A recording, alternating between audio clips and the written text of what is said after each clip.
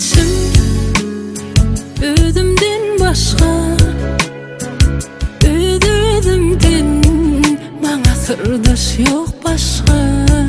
Men gönlüm öyküli, içime salyan gizlep hasretleri, mendine yılgırayan. Bu ömür geçip dursalım yani, gıynan yan yatlap barladı. Yüreğim ağla ağla sonra ginger dünyam. Yüreğim ağla ağla hasretler gitsin durma. Hiç tadım sonu yok bunu, gönlü diyenken şunladı.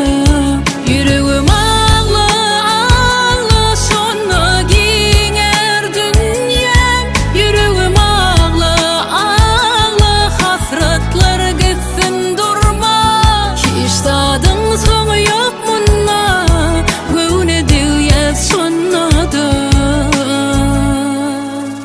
Hiç kim bilmez içim özümden başka, özümden bana sırdaş yok başka.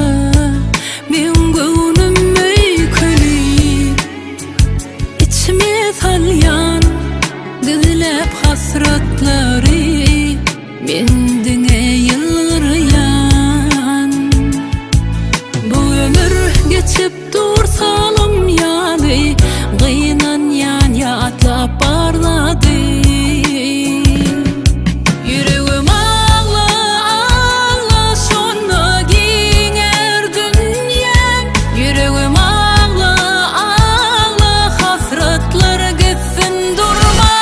Hiç tadım sonu yok bunu, gönlü diyenken şunladı.